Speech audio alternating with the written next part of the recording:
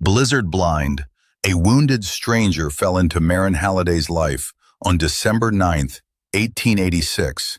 And before the thaw came, he would change everything, riding back that spring to marry her and never leave her Wyoming high country homestead again. She found him slumped in the saddle at the edge of her yard, snow driving sideways so hard she could barely see the horse beneath him, one hand tangled dead white in its mane, the other hanging loose at his side. She did not know his name yet.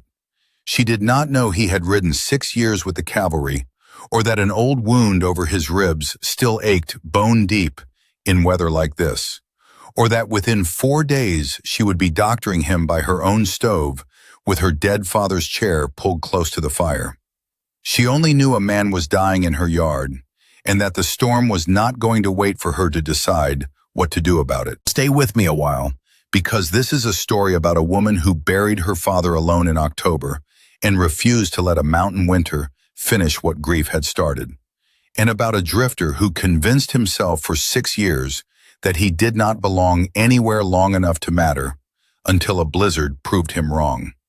To understand what happened between that snowbound yard and a circuit judge's wedding register, you need to know both of their fires first, hers and his, and what it cost each of them to let somebody else in close enough to warm by. Stay for both. I'll tell you all of it, start to finish, the way I first heard it myself. Laura Ingalls Wilder once wrote that it is a great thing to accept whatever you get, use it as well as you can, and go on. And Maren Halliday had been living by exactly that creed for 2 lonesome months before anyone ever rode up out of a storm to test it. She never fired a shot in this story. What she needed, she carried in her own 2 hands. And that is where we begin. Maren Halliday was 26 years old and alone on 400 acres above Antler Creek, high in the Wyoming country, where the Wind River peaks cut the sky into jagged pieces, and the nearest neighbor lived 11 miles down a valley road, the snow closed twice a winter, sometimes 3. Her father, Callum Halliday, had homesteaded the place 19 years before, breaking ground with a team of oxen and a stubbornness Maren had inherited whole, down to the set of her jaw when she decided a thing was going to get done. He had died in October, in his chair by the stove, a cough that had been building in his chest since spring, finally winning the argument it had been having with him all year. Maren buried him behind the barn herself, in soil soft enough to dig before the ground locked hard for winter, because there was no one else to do it, and because she had decided long ago that a Halliday did not wait around for help that was not coming. She ran the homestead the way her father had taught her, which was to say she ran it like a person who understood the land did not care whether you were tired. She split her own wood and kept the axe sharp enough to shave with. She milked the 1 cow still giving and fed the 6 horses her father had bred for cavalry remount contracts before his lungs took that work from him too. She kept the household ledger in a hand steadier than most bank clerks, because a homestead with $43 and a milk cow between it and spring could not afford a woman who did not know exactly where every cent had gone. She could read a coming storm off the color at the edge of the ridge before the wind ever reached the porch, and she could gentle a green colt without breaking a single thing in it that mattered, because her father had taught her a horse remembered cruelty a good deal longer than it remembered kindness. What she could not do, what 19 years of her father's teaching had never quite prepared her for, was the particular cold of an empty cabin at night, the loft where she slept under every quilt she owned, listening to wind that sounded, some nights, uncomfortably like a voice. She was capable with an axe and a rifle, and frightened in ways she would never have confessed to another living soul. And she had gotten very good, over 2 lonesome months, at not admitting them to herself either. The homestead was the only thing that had never left her, and she gave it everything she had, because the alternative, sitting still long enough to feel the size of what she had lost, was a luxury a woman with $43 could not afford. 2 days' hard ride north, in country a good deal higher and meaner, a man named Rhys Calder had been drifting for the better part of 6 years, and he had gotten good at it in the particular way a man gets good at a thing he never meant to make a habit of. He was 31, broad through the shoulders, the way of a man who had spent his youth breaking horses instead of sitting at a desk, with gray eyes that had a way of working a problem over quietly, long before it ever showed on his face. He had ridden with the cavalry out of Fort Laramie for 6 years, first as a green recruit who could not yet gentle a horse properly, and then, by the end, as the man other troopers brought their worst-tempered remounts to when nobody else could get near them. A skirmish in his last enlisted year had left him with a wound over his ribs that never healed quite right, and a discharge that came earlier than he had planned, and a habit ever since of moving on before anyone got close enough to ask him to stay. He convinced himself it was the work he was chasing: horse country, remount contracts, buyers in Casper and Cheyenne willing to pay fair money for stock a man had actually broken himself, rather than bought sight unseen. That much was true. It was also, if he was honest with himself, which he tried not to be too often, only half the reason. His father had built a spread in the Judith country with his own 2 hands and lost it in one bad winter, followed by one worse creditor, and Rhys had ridden away from that loss at 19, telling himself land was only land, that a man who did not put his whole heart into a piece of ground could not have that ground break his heart when it went. He had gotten very good, in 6 years and 11 different territories, at never putting his heart into anything long enough for it to matter when he rode on. He carried a bedroll, a good saddle worn soft with wear, a string of 3 horses he was delivering to a buyer in Laramie by way of the high pass, and considerably less than that in the way of anything he could point to and call his own for keeps. The storm caught him 2 days shy of the pass, coming down off the ridge so fast and so total that the trail vanished under him before he understood what was happening, the temperature dropping so hard and so quick that his hands went from clumsy to useless inside an hour. His old wound flared like a brand under his ribs. He lost the trail entirely somewhere past midday, and by the time the light started failing, he had stopped being certain of much of anything, except that his horse was still moving, and that stopping meant not starting again. He did not remember reaching the yard. He did not remember a woman's hands pulling his boot free of the stirrup, or her voice, low and steady, the way a person talks to a spooked animal, telling him things that did not matter, just to keep the sound of a human voice going in a world gone entirely white. She had been banking the stove for the night when the horse screamed. It was not a sound she expected, not in a blizzard, not at that hour, and she was out the door with the lantern before she had fully decided to go, the cold hitting her like a wall of water the moment she stepped off the porch. Through the swirling white, she made out the shape of a horse, standing dead still at the edge of the yard, head low, sides heaving, and a man slumped over its neck with one hand locked in its mane. The horse shied when she reached for the bridle, too exhausted to do much more than flinch. She pulled the stranger's boot free of the stirrup, and he came down into her arms, heavier than she expected, broad through the shoulders, his coat crusted white with ice clear through. She dragged him across the yard and through the door and laid him on the floor beside the stove.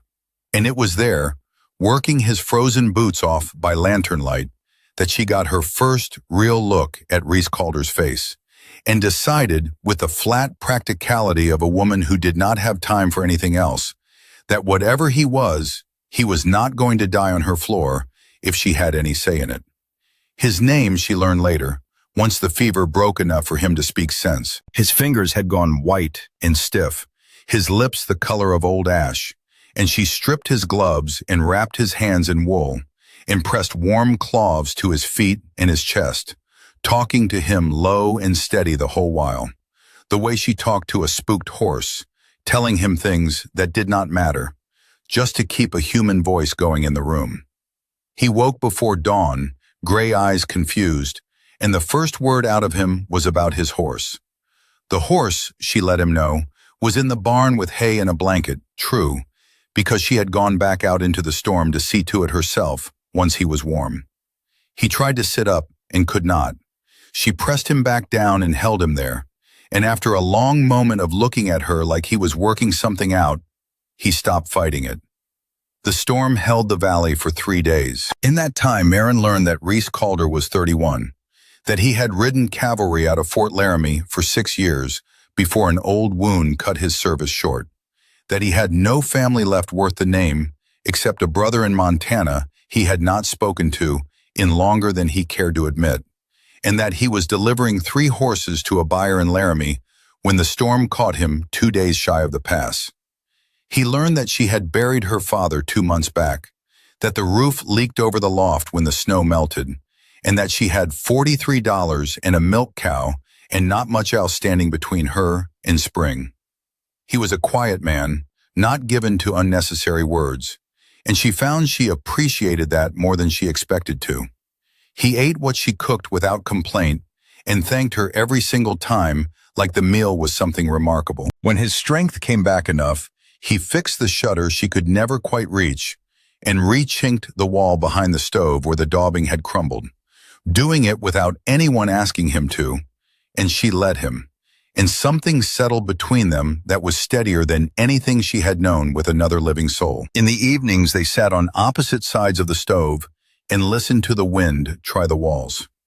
Rhys whittled small, useless things: a spoon, a peg for the coat hook, a wedge for the table leg that had wobbled since before her father died, and Maren mended clothing or read from the one book she owned, a worn copy of her mother's that had crossed 2 territories in a wagon bed before it ever reached that cabin.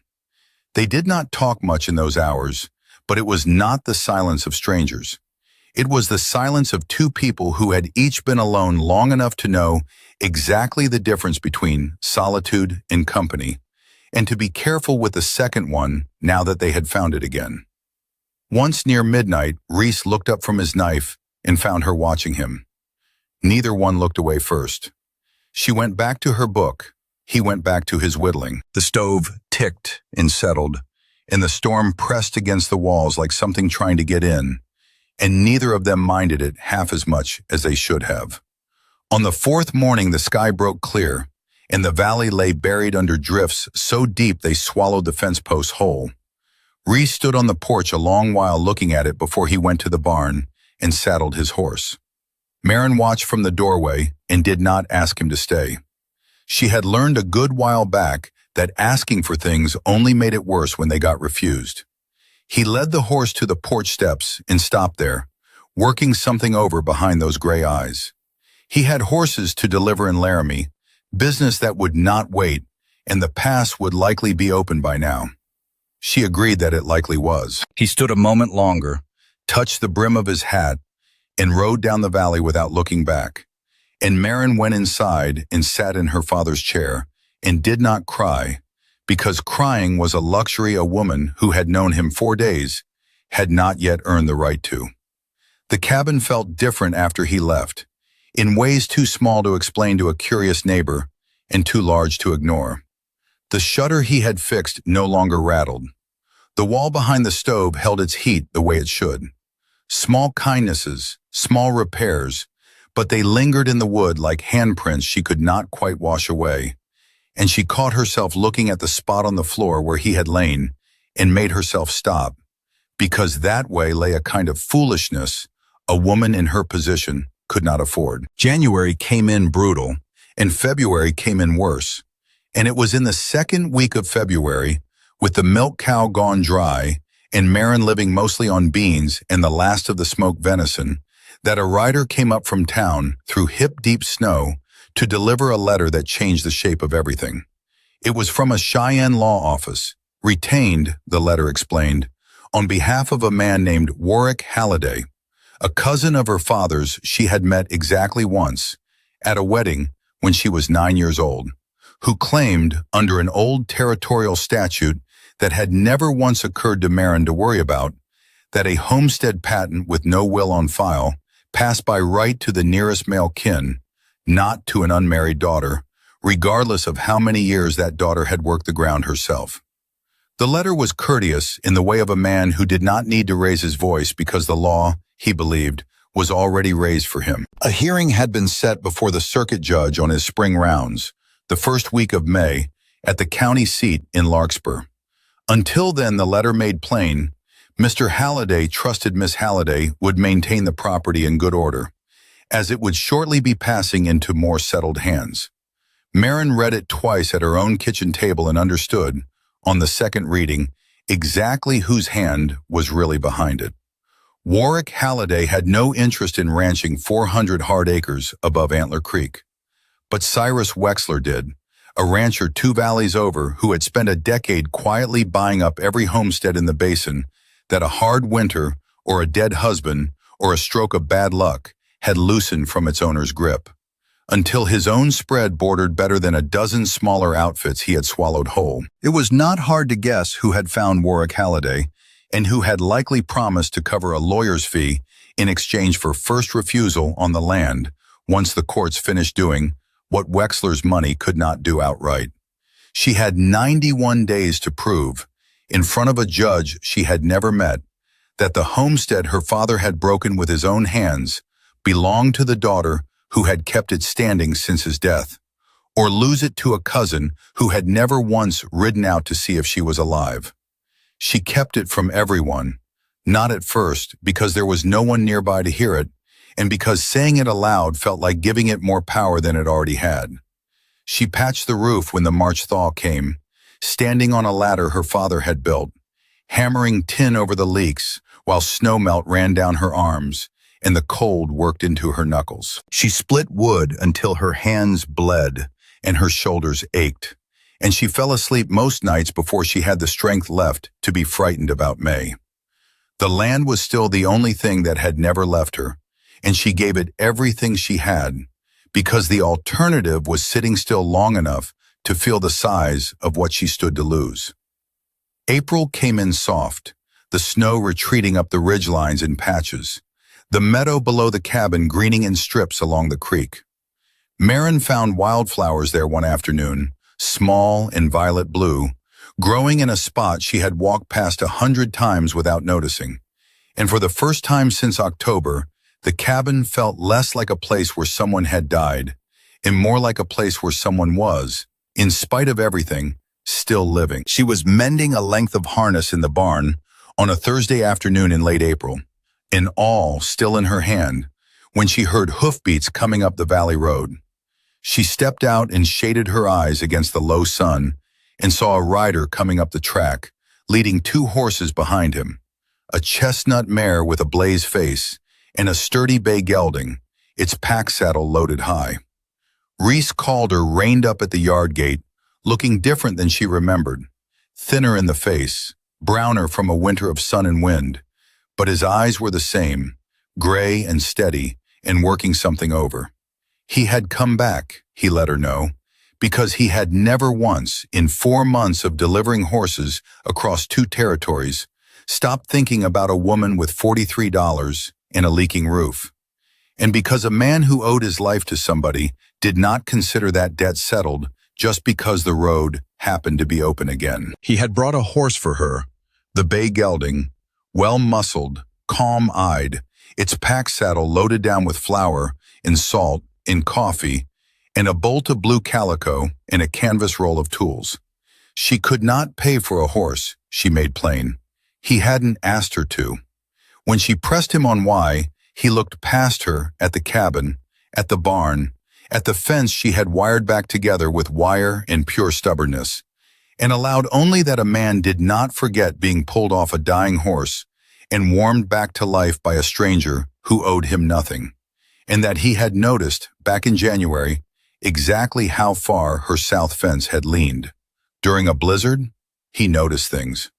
She almost smiled at that and fought it, because smiling at him felt like agreeing to something she had not yet decided on. He stayed more than a day. He stayed a week, and then 2, and then the weeks stopped being something either of them counted closely. He rebuilt the south fence with posts cut from the timber above the meadow. He dug a new root cellar behind the cabin, lining it with flat creek stones so the walls would hold through a thaw. He cleared the irrigation ditch that fed the kitchen garden until the water ran clear again, and Maren planted beans and squash and a row of sunflowers along the south wall, while he wove a low willow fence to keep the deer out. In the evenings, they sat on the porch while the light faded gold over the valley, and he described for her the places he had ridden through in 6 years of not staying anywhere. And she walked him through the homestead, the seasons, the elk that came down to the meadow every September like they were keeping an old appointment. They talked the way people talk when they have already decided to trust each other and simply have not put it into words yet.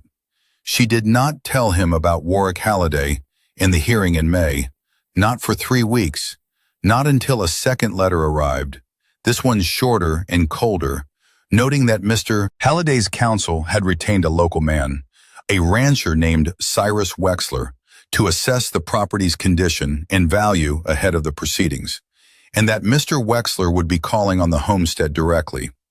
Maren read that letter on the porch steps with her jaw set, the way it got when she had decided something was going to get done. And when Rhys pressed her, quietly, on what was wrong, she laid it all out. The cousin she had met once at 9 years old, the statute she had never heard of until February, the hearing set for the first week of May, and the rancher 2 valleys over who wanted her land badly enough to buy a lawyer for a man who had never once ridden out to check whether she was alive. Cyrus Wexler rode up to the homestead himself on a gray morning in late April, a heavy-set man in a coat too fine for ranch country, with a clerk trailing him carrying a ledger and a measuring chain. He was courteous in the particular way of a man who had never once needed to raise his voice to get what he wanted, complimenting the fence line, the barn, the new root cellar, noting it all down in a small, careful hand, while his clerk walked off the acreage. He assured Maren, with real warmth in his voice, that he only wanted to see the place properly valued before the hearing, so that whatever the court decided, no one could say the process had been unfair. Rhys stood at the barn door through the whole visit without a word, and Wexler's eyes moved to him once, twice, with the flat calculation of a man pricing a horse he had not yet decided whether to bid on. Word of the hearing reached town within the week, the way word always did in a basin that small, and it arrived wrapped in every shade of opinion the county had to offer. The postmaster's wife, Mrs. Aldridge, made plain with her eyebrows alone what she thought of a woman living unmarried on a homestead with a strange man on the property, whatever his intentions. At the general store, old Mr. Tolliver was kinder, at least to her face, but even he allowed, folding his hands the careful way people fold their hands before saying something they intend to call charitable, that a woman in her position ought to think of her reputation, given everything the court would soon be weighing. Maren made plain that her reputation had gotten along fine without his concern back in December, when she was snowed in 11 miles from the nearest living soul with $43 and a dying cow, and nobody in that store had ridden out to check whether she was alive. Mr. Tolliver had no good answer for that, and Maren bought her supplies and rode home and kept quiet about it after, though she sat on the porch a good while longer than usual that night. When Rhys wanted to know what was wrong, she laid it out for him. The eyebrows, the silence, Mr. Tolliver's careful concern. He listened without a word until she was finished, and then he put the question to her plainly, whether she wanted him to leave, so the talk would stop before the hearing gave Wexler one more thing to point at. No, she made plain. Just as plainly he wasn't going anywhere, and he did not care much for talk, and she found, to her own surprise, that she did not either, not anymore. She had spent 26 years minding what people thought of her, and it had gotten her nothing but a lonely winter. The man standing beside her on the porch had ridden back through 2 territories to be there. That was the only fact that mattered. With 3 weeks left before the hearing, Maren went through every paper her father had ever kept, working by lamplight after the day's chores were done, because she refused to walk into a larkspur courtroom with nothing but her own say-so against a lawyer's statute. She found it on the 9th night, tucked inside the family Bible her mother had carried west in a wagon bed decades before. A single page in her father's own hand, dated the spring before he died, naming Maren Halliday, his sole heir to the homestead, and everything on it, witnessed and signed by two men she recognized, both dead now themselves, but both once registered voters of the county whose signatures a courthouse clerk could still verify against old poll records. Her father had simply never ridden the 11 miles to town to file it, the way a man puts off any errand he assumes he has years left to finish. Rhys rode with her to Larkspur 3 days later, not because she needed an escort, but because he wanted to, and the county clerk, a patient older man named Osgood, spent the better part of an afternoon comparing the witnesses' signatures against the old rolls before declaring, with something like satisfaction in his voice, that the will was sound and would be entered into evidence as filed. It was not, Osgood made plain, a certainty that would decide the matter outright. Warwick Halliday's lawyer would surely argue the will had come forward conveniently late, but it was a document a judge could not simply set aside, and it was a great deal more than Maren had walked in with a month before. She rode home lighter than she had felt since October, Rhys beside her the whole 11 miles, and for the first time all winter she let herself believe the homestead might still be hers come summer. The first week of May, the circuit judge, a deliberate, gray-whiskered man named Ellison, who rode the territory twice a year and had heard every manner of dispute a hard county could produce, held court in the back room of the Larkspur land office. And half the basin turned out to watch, because a fight over 400 acres was the best entertainment the valley had seen since the last cattle auction. Warwick Halliday himself did not come. He had sent his lawyer, a sharp, unhurried man named Emmett Dray, and it did not take the room long to notice that Cyrus Wexler sat in the second row through the whole proceeding, saying nothing, watching everything, the way a man watches an investment he has already spent good money securing. Dray built his case plainly enough. The territorial statute, the absence of any filed will at the time of Callum Halliday's death, the plain letter of a law written back when the territory drew a hard line between a woman holding property and a man holding it. He was, Judge Ellison allowed, not wrong about the statute existing. The real question the court would have to weigh was whether Maren Halliday's newly discovered will changed the outcome the statute otherwise required.